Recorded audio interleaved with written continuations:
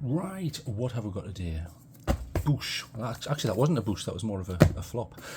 So here we have the Sofirn HS41, another headlamp, and I realise we do loads of headlamps on this channel, but it means I've probably got a little bit of an idea of what I'm talking about. I am no expert, but I'll give it my best shot. Okay, so here's the box here. We'll quickly cover this because the box bit's the most boring bit. So I'll just show you Sofirn. When I think of Sofirn, I think of like high value for what you're getting, but something that you actually will still want to use, and you won't use and think, okay, I got this cheap, but at least it was cheap and I'll put up with it. Got a lot of respect for Sofirn in that regard. I used to, I'm starting to change that now because I put the NU33 in from Nightcore, but I used to have 2 SP40s from them which had this similar sort of design. It was an 18650, not a 21700, and I really liked that as a headlamp and as a concept, and it worked and it was beautiful, very, very cheap, reliable, and I've recommended that to many people. So will I be doing that with this? It's possible, it's possible. So they are claiming a maximum output, that's on turbo and it will step down, so you don't get that forever. 4000 lumens, very impressive. In order to achieve that, it's using a quad setup, so 4 different LEDs all running at the same time. 325 meters maximum throw. Yeah, maybe. We'll discuss that, and maybe it does, but maybe it's just a section, not the full thing, because it is a TIR, and with a TIR you get a floody diffuse beam. You're not trying to get distance. And it says here it is Type-C charging, which is true, it is, and IP68, but we'll cover all of these, and here is the stuff. I've done this in 4K, so you can pause that and have a read of that if you want. You've got eco, low, medium, high, and turbo. And those are in the main UI, and then you have like a double click for high, then another double click for turbo, but you can change to ramping, and I quite like ramping. So there's your throw and your 1 meter drop rate and blah blah blah blah blah. I'll cover all of that, don't worry. Right, let's get over the boring bit here. So let's put this back. I'll put this back in the box. I have tested it, don't worry. I've been out, I've done thoughts videos and hikes and comparisons and all sorts of things. So the box itself, pretty nice actually. It's a little bit of a step up for Sofirn. It does have a couple of magnets in, because watch, it closes and stays closed. Quite like that, but then I think, is this not just a bit that you're going to throw away? But it's nice to see that. So let's dump all the stuff out. So this is exactly how it came, and there are the magnets there. So you may want to rescue them before you throw it out. I certainly will with this, but boosh, I will eventually get that in the bin. So here is the head mount, the clip, which I've used a little bit, and that was from the cell. So let's see what you get here. So that was a load of rubbish. There's the manual, which I can't be bothered to read because I'm a man. One thing I did notice, I was trying to read this in the dark at one point, and it was very, very difficult. I've got pretty good eyesight, and even I thought that's very small. So there's your run times and all that malarkey, and then there's the manual. You can pause that, it's in 4K, so boom, boom, boom, boom, there you go. You read that if you want some bedtime reading, but I can't be bothered. So boosh, in the bin. You get a couple of O-rings, which is about what you would expect. They're quite large, but they need to be because this is using a 21700 cell. There's 2 options when you buy this. You can have it with the cell or without. I went for with, because for the extra you're adding, it's actually cheaper than me going to a local store and getting a 21700. So fair, that's fair enough. So you get those, and they're okay. They're on par, and you get 2, so it allows you to just replace them. And I'll show you where they are. So you have your threaded section on the bottom there, and you can see they are the angular type threads. They're not those irritating ones that seem to shred quite easily and get stuck. They're actually half decent, and they are painted there. And at the top, that bit there is the O-ring, and that just, by having that makes sure you have waterproofing. So we'll put that back. So you get 2 of them. Boosh, I'll keep a hold of them. You get your type A to type C charging cable, and it's quite important that they put this in. I have used this one and put it back, but we'll cover that on the charging section. Okay, so let's have a look at the light itself. So here it is, the HS41. Let's get a nice close look here. So you have a stainless steel ring here, and then you have your quad setup there. So you can see you've got 4 emitters. Now interestingly, it is TIR, but can you see what they've done here? I'll try moving it so you can see that. It's not your standard TIR. It is, and it isn't. It's a quad setup, but can you see how the center sections are slightly frosted, and then the rings around each are less so and more translucent. So it's quite interesting. When I was out with this, and I'll show you on the side-by-sides and the beam comparisons, you actually end up with, so if you imagine this is on my head and we're looking at the distance here, you get kind of a ring like this of throw, and then the rest is a bit of spill, even though you shouldn't get that because it's a TIR. So quite an interesting setup, different from what I expected, but it works, and there's your power button. And it does have a battery indicator behind there, so if I press that, it'll go green. In fact, I'll discuss that in a moment. So quite nice to look at. You have your USB-C slot here, and it opens quite easily. It's okay. It's not the best I've ever seen. The rubber does have that lip. You see on the bottom there, there's a lip. So the lip comes slightly proud of the surface of this. I do like that. It means it pushes in and stays in. See that? I like that feature, but still this feels very small, and in that regards, the clearance on this is poor. So if you use certain curved cables, you can't get them in, and again, I'll cover that. But the grip's quite nice. It's hardly knurling, it's more of a design. I like it, and it's split out in little holes, which gives you a little bit extra grip. And then it reminds you on the polarity of the cell. So pretty nice. And under here is a magnetic base. You can't see that, and if I have, let's have a look. That's magnetic. There you see. So magnetic base, so it just gives you options. You can mount this on metallic surfaces. So an added extra feature. So what's down here? So you have a quad setup, and they are the luminous SST20 LEDs. So you get 4 of those. There's no mixed bag where you get 2 of these and 2 of another, and one's warm and one's this.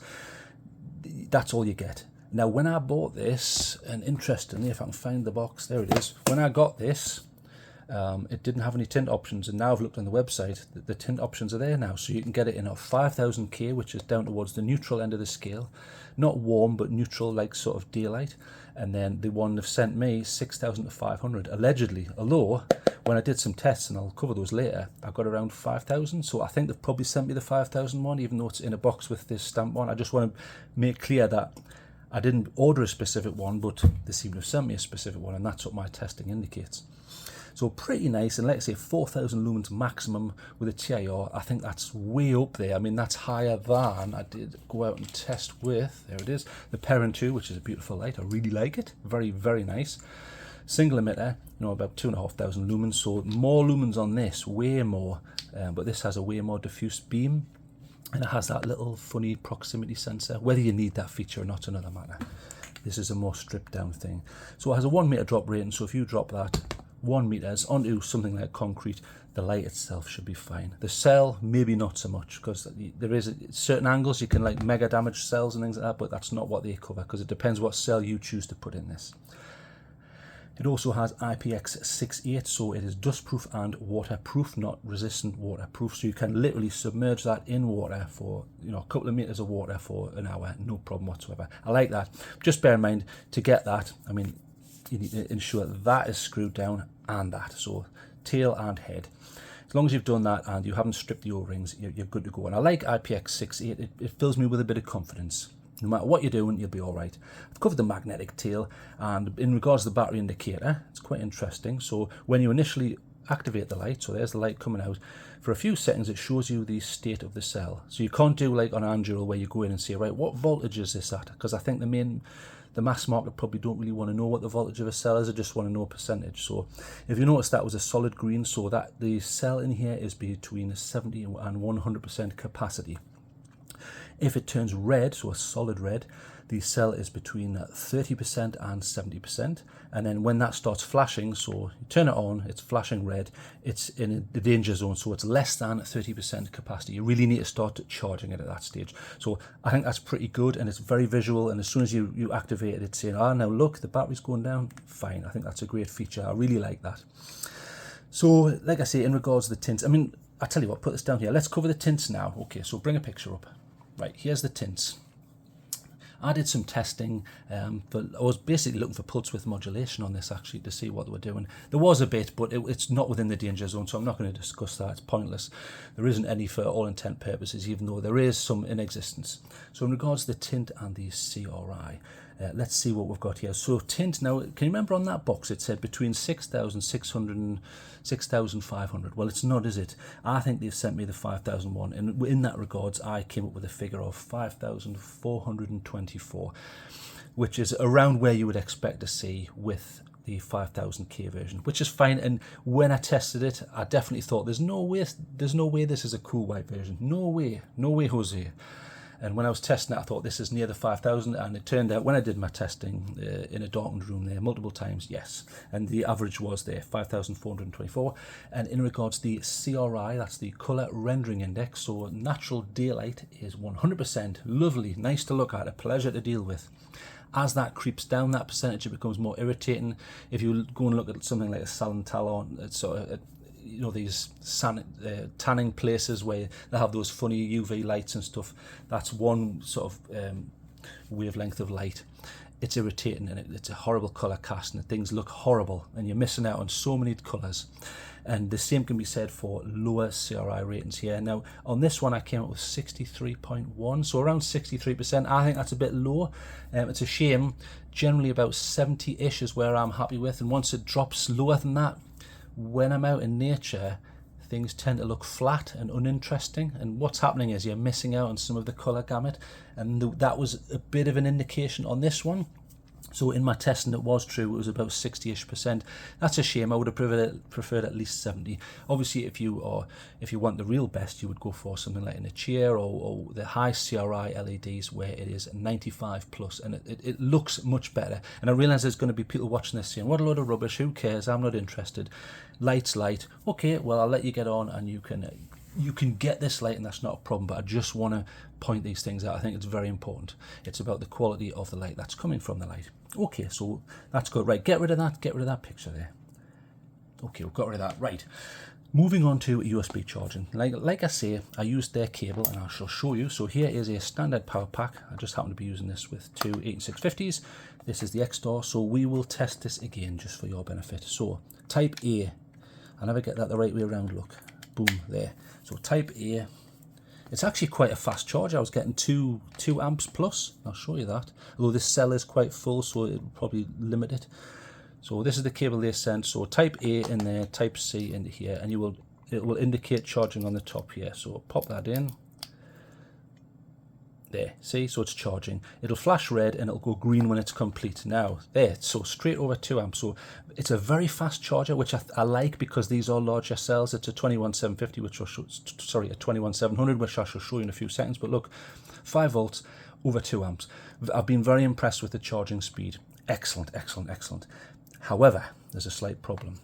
So if I disengage this, so for example, let's say you are out and about with your power pack, and you think, do you know what, I'll just charge that.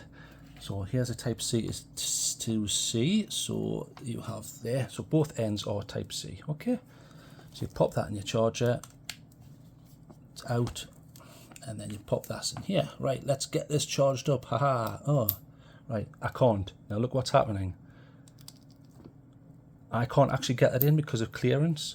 So that gap isn't big enough. If they just made that a bit bigger, you wouldn't have to worry about larger cables. Okay, so let's try a different cable.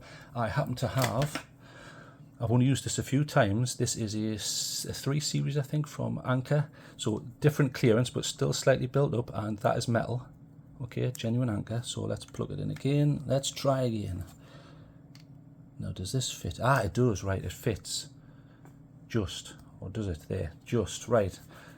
But can you see what's happening? It's now changed to in. So what's happening is that is acting as a power pack, and it's charging this, which is definitely what I don't want. So that's a massive irritant.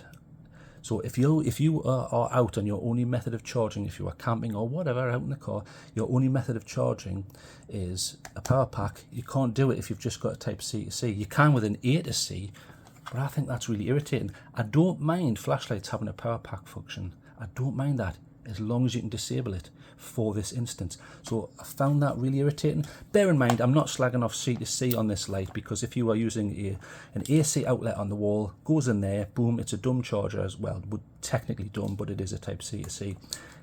It can't go backwards and it will charge. That's absolutely fine. But in this instance, rubbish. So I'm going to have to mark them down for that. I've been told by a couple of people, one on the Discord channel especially, to say that in order to fix this, it's something like adding 1 resistor. So I don't know why they can't go the full hog and just have proper power delivery, and then also make sure that any power bank function, you can either disable it or it's more intelligent. I just don't know. And yes, I've had people saying, you need to plug it in that first or that first. It makes no difference, okay? So I have done that. Anyway, so I will mark them down for that. But charging, it does work. And in regards to charging, let's see if it works whilst charging, because that is a valuable feature. So we'll use their cable. So if you imagine you are walking along and you're using the light, but you're also having it plugged in. So there it is, plugged in. You can see it's charging. Okay, look, it's coming out of here, over 2 amps, very quick. Yes, it works. And you can go through the modes there. So excellent feature. It means you can have this on your head if you're going on a mega long hike or the whole night hike, or you're doing something else military wise. You can have this plugged in, have that in your pocket, have the cable going down the back of your neck or whatever. Brilliant. You get mega long run times. You could even like change out power packs. So an excellent feature. They'll get an extra point up for that, but they're going to get a point down for the fact that the clearance on here is rubbish and C2C power pack doesn't work. So it's a shame that, it's a big shame that. Okay, so let's go over the UI. So in regards to the UI, it's a bit of a strange one, but you can change it to ramping where it becomes less strange. Okay, so you've got one click on, one click off, and it memorizes where you last were. So on and off. And I've noticed on the lower levels there's a little bit of green there. You won't see that on here. I haven't done this particular review in HDR. I do some of them, but it's a tiny bit green, and this is the neutrally tint, the 5000. So just something to bear in mind. So in order to go through all of the modes though, if you click and hold, you go right to the lowest. So click and hold takes you to moonlight. Very low, 1 lumens there, so you'll get nearly 30 days out of that. Pretty impressive. So there it is there, very low, and it's nice to see a true 1 lumen mode. I know I've complained before with some of them and they've got 20 or 30 as moonlight, and I think, well, it's not really moonlight, is it? You want something really low.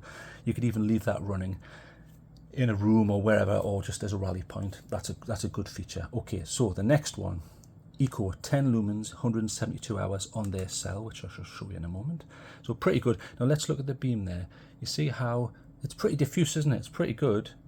If I look at this burn mark that I did, now put below if you remember which review it was where I burnt that. Okay, there's a little question for the real flashaholics there. So pretty decent. And then the next one, low, 150. When it came to hiking, I was able to hike with the 150 mode just. If this is at head height, it was great, nice and diffuse, not too powerful on wet surfaces and things like that. Pretty decent in the mud, no problems. And then medium takes you up to 500. So there's medium. That's as high as you can get on clicking and hold. To go to the next modes, you need to start using a double press. So very bright. Up close, you can see there's a hot spot in the middle there, and then this diffuse. A little bit unlike TIRs, but as soon as you any appreciable distance away, it's nice and diffuse there. Beautiful. Okay, so if you click and hold this again, now bear in mind, I should have said you get 11 hours out of the low mode, which was 150. This is 500, and I think you get 3.5 or 3.6 hours.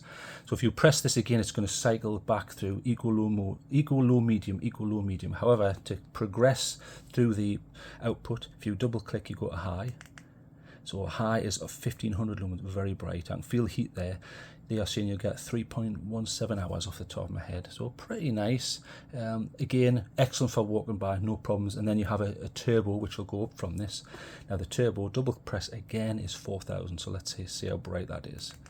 Boom, yeah. Now, very bright. So there you go, look. It's lighting everything up, beautiful, no problems with that whatsoever.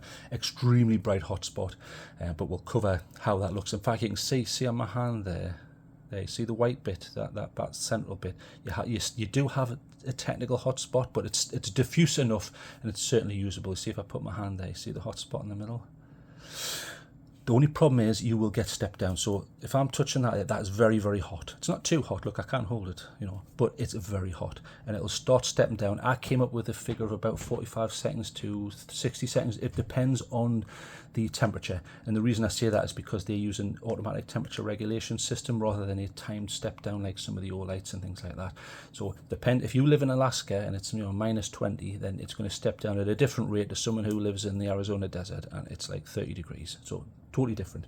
But I came up with, for me, when I was out and about, it was about 45, 50 seconds to 60 seconds, depending. And it also depends if you've been using it beforehand. If you've been using it beforehand and it's already warmed up, then you go to turbo, it's not going to last as long. And you can force that turbo by double pressing again. But I think that's pretty decent. They're saying 3 hours, but bear in mind that 3 hours includes the initial 4000 there, and after 45 seconds it's dropping and then it's slowly easing down. So just bear that in mind. Okay, so a pretty good light, and you do get a little clip with it. And just to show you, I actually had problems getting this off the first time. So it goes on like that. It's not deep carry, but it is like semi-reversible, and it's decent look. doesn't come off. This could be a tiny bit more strong, and look, there's a big gap there. I think that gap's too big. I would have preferred that to be flush like that, so it's got a bit of retention. To me, that isn't enough retention. If I use something like this just to show you, look, it's wiggling about. Let's just see, does that retain? No, it certainly doesn't. So I think in that degree, I think the clip could do better. I would have preferred to have seen deep carry, and especially for something this heavy, look, that could be better. Although this section's pretty decent because it was hard to get off there. Although I'm building my strength up, so I was able to get that off. In regards to the head strap here, it's pretty decent. It's okay. It's actually a step up from some of the Sofirn stuff. You've got this elastic, which feels quite premium. Then on the inside, it's hard to see, but you see on the inside, it's actually a different material. It's softer. So when I was wearing this, you don't get those irritating little sharp bits that you get on irritating cheap labels and clothes. I didn't have any of that, so I was very impressed with that.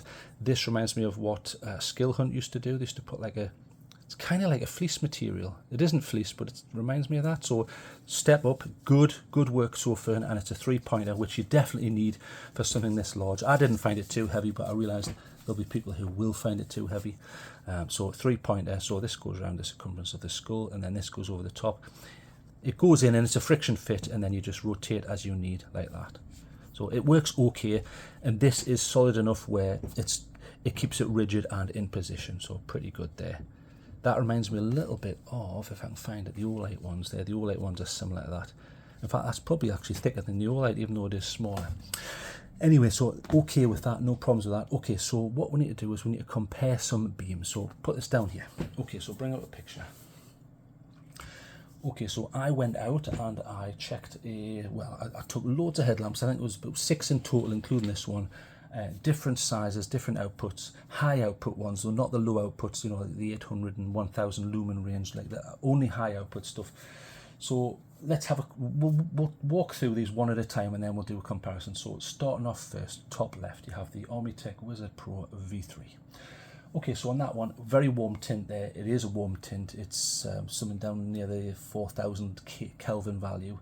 So you can tell that because the browns are popping and the trees look a little bit sort of brown there. Okay, it's pretty good. That's about 2300 lumens on maximum there. That's the maximum setting. Very pleasant, very diffuse, very usable. I've used that wild camping all through the night, going to the toilet, preparing food, sitting by a campfire. No problems with that. Although it does have a much higher IP rating, but we'll cover that at the end of the review. And then you have the Fireflies. So in comparison, the Fireflies looks brighter, and that's because it is. It's 3500 lumens to, you know, up to 4000 depending on the emitter. You can get a nice Nichia version of that. I don't have that, so this is the lower CRI version. But again, nice. You can see it's slightly brighter overall. You can see on the far left and the far right that knobbly tree coming in on the right and the thin tree on the left are more apparent because the periphery is lit up more. That's just by virtue of fact it is more lumens. And it's also a quad emitter, that one, but very fast step down. And then on the top right you have the Luminite Compass R, very expensive light. Now, interesting, look at the peripheral, it's actually poor. If I was hiking, I would want to use that less. It seems more concerned in putting the light in the central section than at the sides. And in regards to hiking, I think that's less advantageous, unfortunately. I've used it, and I have used it hiking, and it's fine, but in comparison, the periphery is poor there, isn't it? So the next one to compare with was the Sofirn HS41, which is what we're supposed to be looking at here. And as you can see, marked difference from the 3 that I've just looked at. So even though it's a TIR, what they've done is there's a central section there, about 20%, 25% in the central there, which is giving a really big throw, but you are losing a bit on the periphery. It's slightly less than the Armitech, it's definitely less than the Fireflies, but it's more than the Luminite. So it's between the Luminite and the Sofirn here. So if you want a bit of distance, you can get it. You can see that in the center there, it's very bright. It's picking out that bridge right in the distance, whereas those other ones weren't. So it's not that this is lacking in any way. It's taking those lumens and putting a lot of them into the center, which, okay, that's fine, but you still need a bit of periphery. It's slightly lacking, although in person, in use, I didn't have any problems, and I was able to go down to the 150 lumen mode, still enjoy using it and hike, no problems. but it's important to point out these slight differences here. I also tested with the Nikkor HC65, that's the V2 with the TIR setup. Excellent light, only 2500-ish lumens, so less lumens, even though the periphery is slightly better than the Sofirn. You see at the far right and the far left, but obviously lumens wise a lot less. You can see it's not pushing as far, so in the center of the Sofirn beats it, but periphery slightly better. So very interesting, isn't it? And then lastly, the all-light Perun 2, which I tested, and I love that light. I think that does a reasonable job. It's similar in many respects to what you get with the Firefly and the Army Tech, where you get a bit of periphery and a bit in the center. I think that does a really good job, and it's a pleasure to use. It's a nice light. So if I was to compare the Sofirn with the Perun 2, which I think is a valid comparison, use the same cell, even though the Perun 2 is a single emitter and the Sofirn is 4. I would say if you want a diffuse beam, the Perun is better, but you're paying a hell of a lot more money for that, aren't you? If you want a bit more throw right in the distance, then the Sofirn may be a better. So it's hard when people say, which is bestest? Which is the bestest light? It completely depends what you're after, and that's a very difficult question. It's the same as a pair of running sneakers. Which is the best? Well, there's hundreds of them, and they all have different purposes, and people need different things. So that's why I go through them all like this, and then I still get comments saying this is better, that's better. Okay, maybe it is for you. So bear that in mind. Okay, so get rid of that picture there. Okay, so we need to go over some pros and cons for this. So straight off, pros, you get a mag base, you get A-lock, which I didn't cover. If you want A-lock, in fact, I'll go back to the UI just rapidly. So I should have really covered this. I went off on one of my waffle rants. So 3 clicks is strobe, I'll cover it. There. It's a double strobe, so it goes click, click, click, click, click, and then click, click, click. In fact, listen. Can you hear that? You may or may not hear that. So that is, I think that's the springs contracting. So the strobe's fine. You also have a beacon mode within that. It just flashes out SOS. It's fine. It's not an issue. And then you also have 4 clicks for E-lock. So 1, 2, 3, 4.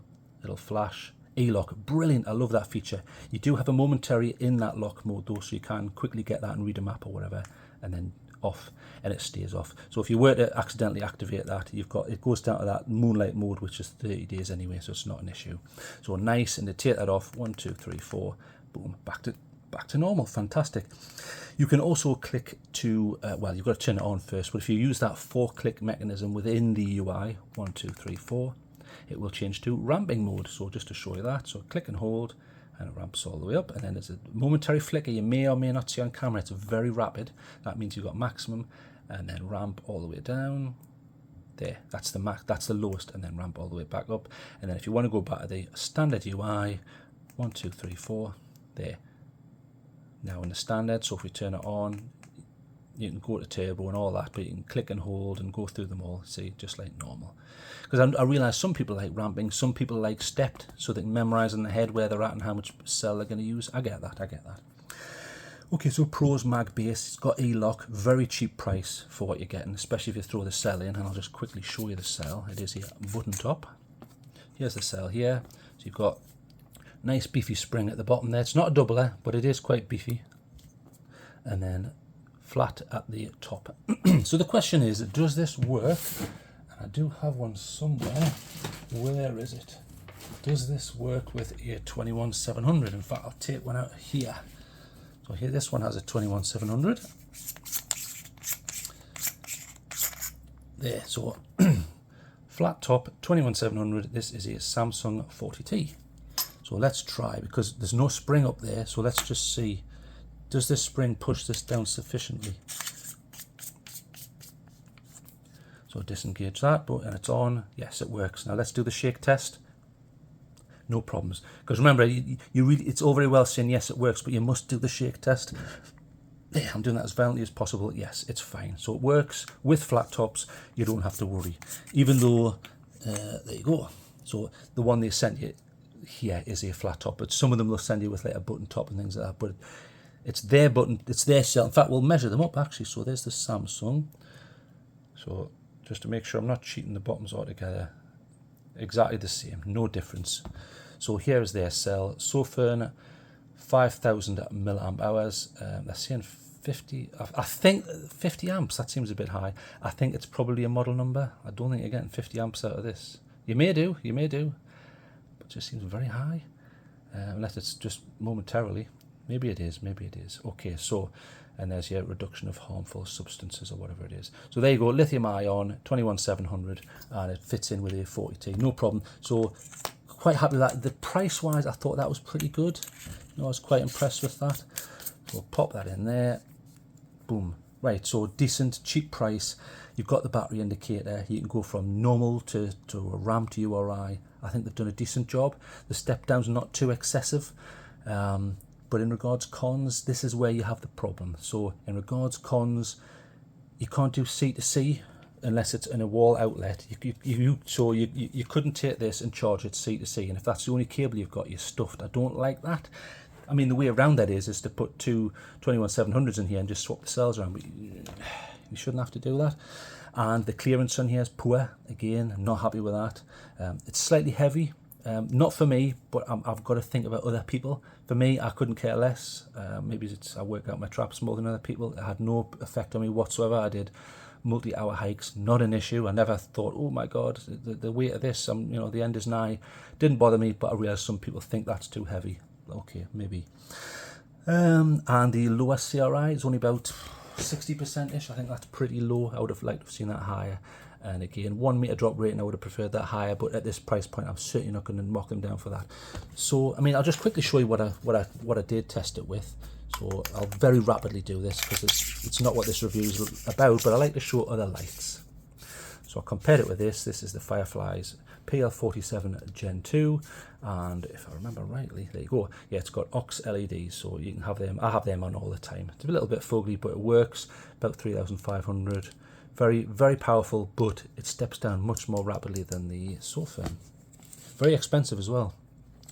Perun 2, nice headband, nice light, really nice light. Not a lot to dislike. I mean, it's got proprietary magnetic charging rather than USB, but it means you're definitely going to have waterproofing. And if you're already bought in on that system, that's fine. Okay. Again, a very expensive but a very nice light. I like that. I use that. Proximity sensor I don't have less use for, but okay, it's there if you want it. Here's the Illuminate, which you remember slightly lacked on the periphery, which is a shame, but it is a nice light. And again, you can see it's bashed up. I do use this, and I have used this, and I like it. What I like most about it is the headband. Watch. Boom. It's proper metal, and it comes in and out. It's super easy. Look at that. No messing about, squashing it through these and going, trying to put a marshmallow into a piggy bank. It's a bit of an irritation at times. It's doable, but this just feels better. And you can still do the rotation, and even when you run, and I have ran with this, it doesn't do that. It works, so I don't know why the other manufacturers can't do the same. Okay, so just something to consider. About 2,000-ish lumens on that, and they use the 18650. That's an 18650. That's a 21700. That's a 21700. Here's another 18650. This is the Armitech Wizard Pro V3. This is the Pro 1 and the V3. Now replaced by the Elf or whatever, and then there's an Elf Max or something came out yesterday, which is even more powerful. It's like 4,000-ish lumens, but this is about 2,200, 2,300, depending on the tint that you get. This is a warm tint, but again, this is like a warhorse. This, I've smashed this to bits. It's got a 10 meter drop rating and something like 10 meter underwater rating, so very impressive. Mag charging, very nice light. It's got an indicator on here that you can turn on and off. It depends what setting you're using. And I quite like this, although if you remember, it might be one of my Illuminate reviews, I slagged off this because it snapped. In fact, I showed it on video. I sent it away to the company, and it took them 2 months to send me a new one, but they did send me a new one, so fair enough. And it's got a double system here, so it goes in like that, stays in, and then if you want to make sure it definitely stays in, you just pull that over there like that. So quite interesting. It's kind of like a halfway house between one of these irritating ones and the metal ones, but again, very expensive. I don't know why Armitech's so damn expensive, but anyway, move those aside. So let's give this a mark out of 10. So mag base, E-lock, battery indicator, very cheap, good cell, simple URI, and you can change it to ramp if you want. Good output as well. Cons, again, it's this type C, could be slightly heavy for some people. The CRI is on the lower end of the scale, and this flap clearance, if you've got the wrong cable, you're stuffed. I think they just need to make a V2. I would honestly like them to make a V2 with this and fix those things, and then it would get an extremely high mark, because for the price, it's a very nice light. Just those things are letting it down. And so I'm going to have to give it an honest mark, 7 out of 10. I know that's not that high, but imagine you're out camping and you go, oh, TrailTrek said this is brilliant, and I forgot to mention these things. And you go out and you go, right, let's get this charged up, otherwise I'm sitting in the dark here. Oh, it doesn't work. Thanks, TrailTrek, brilliant.